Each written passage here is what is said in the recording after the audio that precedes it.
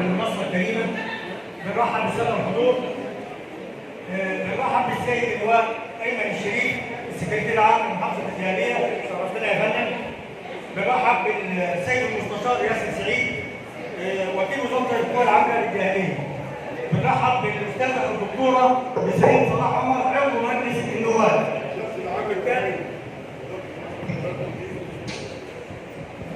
بنرحب بالاستاذ محمود المتولي نائب رئيس مركز مدينه المنصوره. الترحيب كان الاستاذ محمد عبد السلام الدين الراعي الرسمي ونائب الشباب ان شاء الله. خير الافتتاح بالقران الكريم مع الطالب عادل وائل.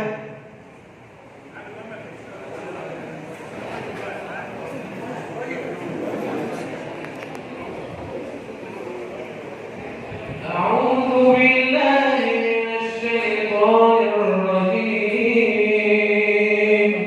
بسم الله الرحمن الرحيم.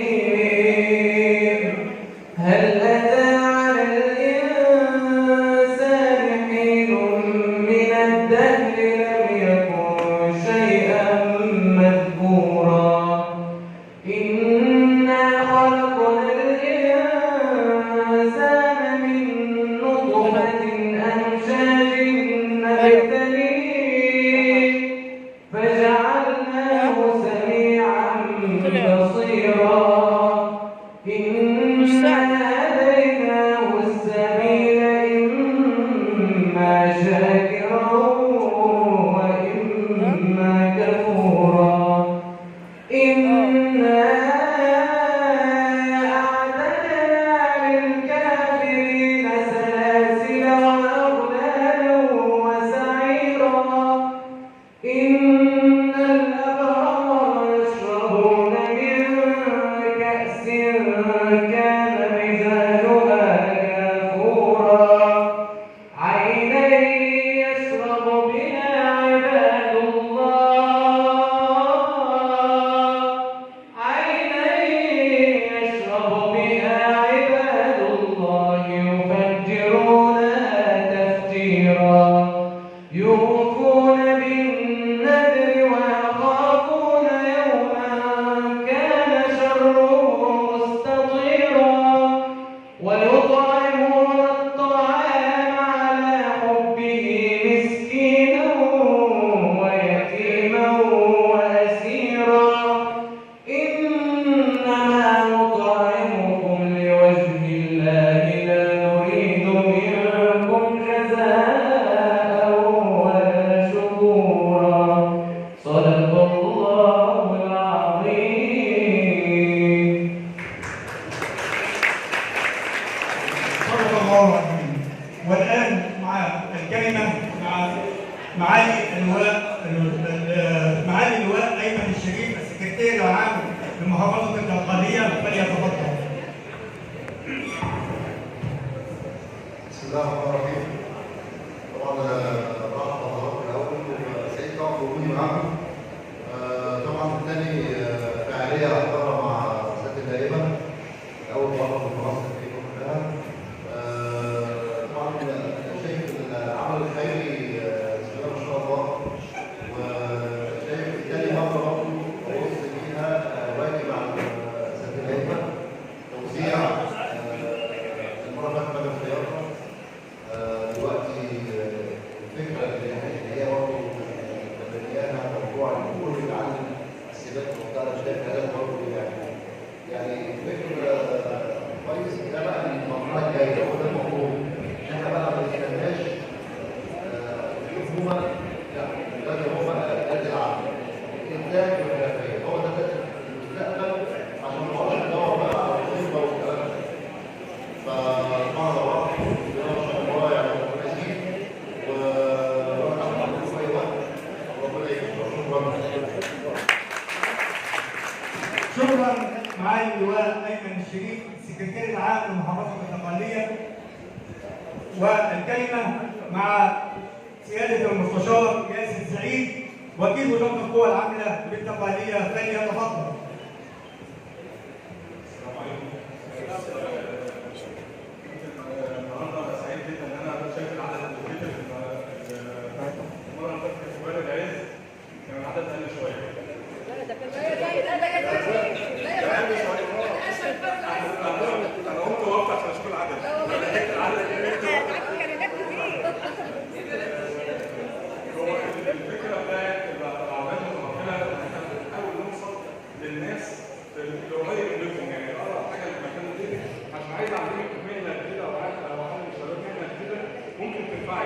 البيت او سراج ممكن نعمل بيها مشروع. يمكن الناس كتير ما كانوش يعرفوا يعني ايه القوى العامله هو بتعمل ايه او ايه وظيفتها. لو سالت في اي حد يقول يعني القوى العامله ما كانش حد عارف. لما بدانا نوصل للبيت بدات الفكره توصل شويه. يمكن النهارده احنا اول يوم القوى العامله ما بقتش قوى عامله. اسمها وزاره العمل. النهارده اول يوم امبارح صدر قرار رئيس الوزراء اللي بقى اسمها وزاره العمل مش وزاره القوى العامله. اثناء اختصاصات كثيره ان انا بحاول اوصل ان انا كنت الاول كوزاره قوى عامله بدافع عن العامل ووقت صف العامل ومحاسب العامل في كل الاوقات. لما بقيت وزاره العمل المفروض ان انا العامل هو اللي بيقف يدافع عنه. صاحب العمل له منظمات رجال الاعمال بتدافع عنه يعني رجال الاعمال المفروض وزاره العمل هي ضمان ميزان للدوله. عشان كده انا بحاول لما انت النهارده تطلع مشروع جديد وتاخد مثلا عليك مشروع انا بحاول ادافع لك عن المشروع بتاعك. يعني انا واقف معاك في المشروع بتاعك عايز حد يساعدك ماشي عندك اجراءات معينه عايز تخلصها مع الجهات الاداريه في الدوله مع السكرتير العام معانا ان هو بيساعد معانا شايف المشاكل اللي ممكن تواجه اي حد فيكم ان هو يعمل مشروع فاحنا معاكم. انا مش عايز اطول عليكم كتير بس اللي حابب اقول لكم ان انتم اول حد يعني النهارده الصبح صحينا لنا نقل وزاره العمل لكن اول حد يحضر معانا فعليا هو وزاره العمل. شكرا. سيادة المستشار ياسر سعيد وكيل وزارة القوى العاملة في التقنية. شكرا يا فندم. الكلمة مع دينامو محافظة الدقهلية الأستاذة الدكتورة نسرين صلاح عمر عضو مجلس النواب. تتفضل. السلام عليكم ورحمة الله وبركاته. كلنا كويسين. كل واحد مرتبط بملفات بندعم بعض بالشغل مع بعض لصالح الوطن. أولا يعني لابد من شكر أهل القرية محل الزمن. تسقيفة كبيرة للبلد. المجهود الكبير اللي بيتعمل من يوم العربية جت. إنه جمعية المجتمع المدني الشباب الخير كل الشكر والتقدير والاحترام لهم على النشاط اللي بيعملوه والمتابعة المستمرة. أنا كنت باجي أكثر من مرة زي ما كانت برق العز برضه الحقيقة كانت بدايات. طبعا الشكر والتقدير والاحترام لوزارة العمل وده مش خير اسم فعلا. الشهر ياسر برضه من أول يوم دخل مكتبه في مديرية الدقهلية ورحت له قلت له عايزين نعمل كذا كذا كذا إيمانا مني بأهمية دور جمعيات المجتمع المدني في خدمة الوطن. أنا عضو مجلس نواب بس رئيس مجلس إدارة جمعية مهتمة بالمرأة اسمها هي والمستقبل. بشكر السيد المحافظ الحقيقة وكان جاي لغاية امبارح بس جاله ارتباط فأرسل من خير من يمثله وهو معاك اللواء أيمن الشريف وثاني مرة وأنا سعيدة إنه معانا في هذا الحدث. الشكر والاحترام والتقدير للقيادة السياسية الرئيس عبد الفتاح السيسي اللي بيسعى دائما لتمكين المرأة. أنا مثال للمرأة المصرية اللي تمكنت في عهده. أنا كنت تاني عميدة لكلية الطب على مدار 60 سنة. 60 سنة ما كانش فيها كده والحمد لله تم اختياري بناء على قدراتي وإن أنا امرأة. فمن هذا المنطلق أنا يعني عملت الجمعية من سنتين لدعم المرأة المصرية وقلت لازم نشاط العرب المتوكلة إن الجهازة بأحسن التجهيزات تخدم المرأة في معايير كتيرة. منها شفت المدربين في مهارة الكهرباء ومهارة السباكة. طب الستات ما يعرفوش ليه؟ إيه المانع يعني؟ ما هي أنا في باقي وزيرة وفي باقي قاضية وفي إيه يعني المهارات اللي حكر على الرجال؟ إحنا بنتشارك مع بعض ما بناخدش مكان بعض. الراجل على دماغنا من فوق والرجال يقومون على النساء ولكن لازم السيدة تعمل كل الحرف اللي ممكن تساعد بيها أسرتها وبلدها.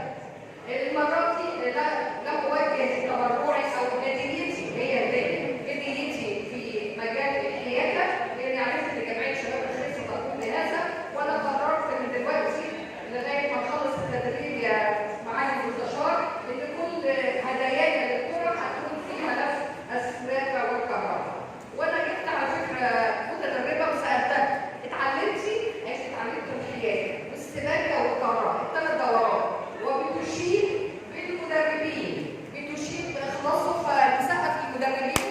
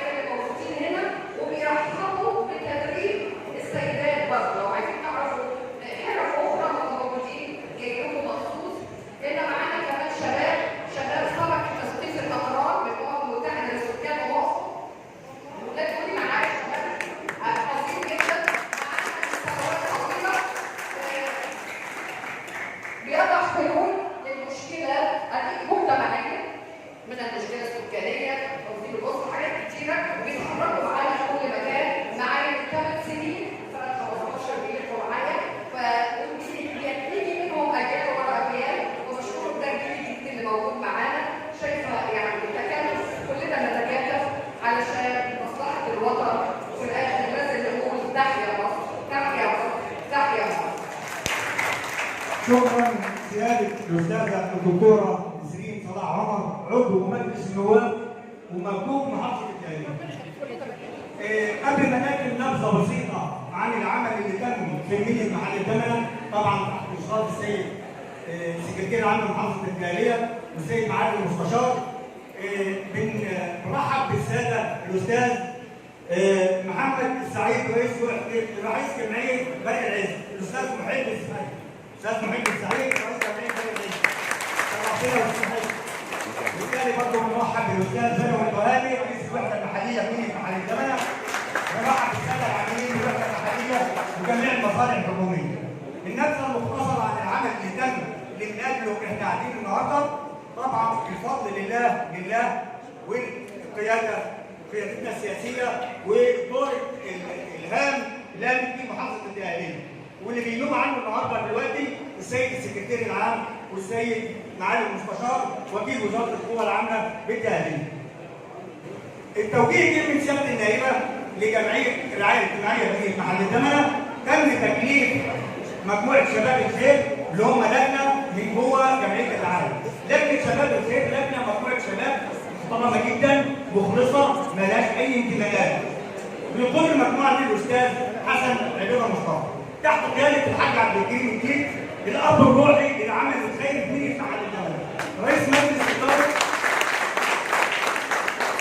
رئيس مجلس اداره جمعيه الرعايه الاجتماعيه. الراجل ده تم على ايده ما يقرب من 100% من جميع العمل الخيري في مدينه محل الدمنه، اكثر من 30 مشروع مع توزيع الدروع وتكريم الساده الزوار.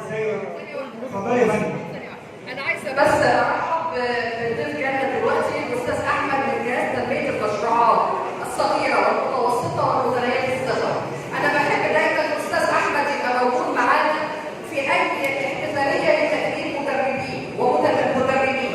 ليه؟ افرض انا بقيت شاطره قوي في الحياه وعايزه مكنه عاليه ومعيش راس مال، الجهاز ده يتبع مجلس الوزراء، بيساعد في عمل المشروع بفائده بسيطه جدا وتيسيرات، يعني لها تكلفه المشروع هتكون ايه والعائد بتاعها هيكون ايه ورقم كويس.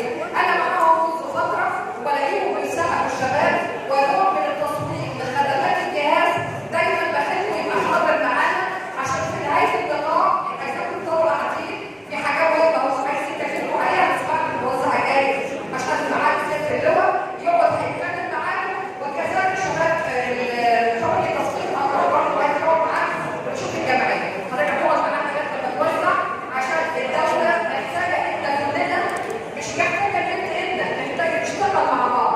الجهاز هيديك فلوس عشان تعمل مشروع ناجح تصرف بيه وتسدد اللي عليك. وبشكر حضورك وتصرف كده في الاخر.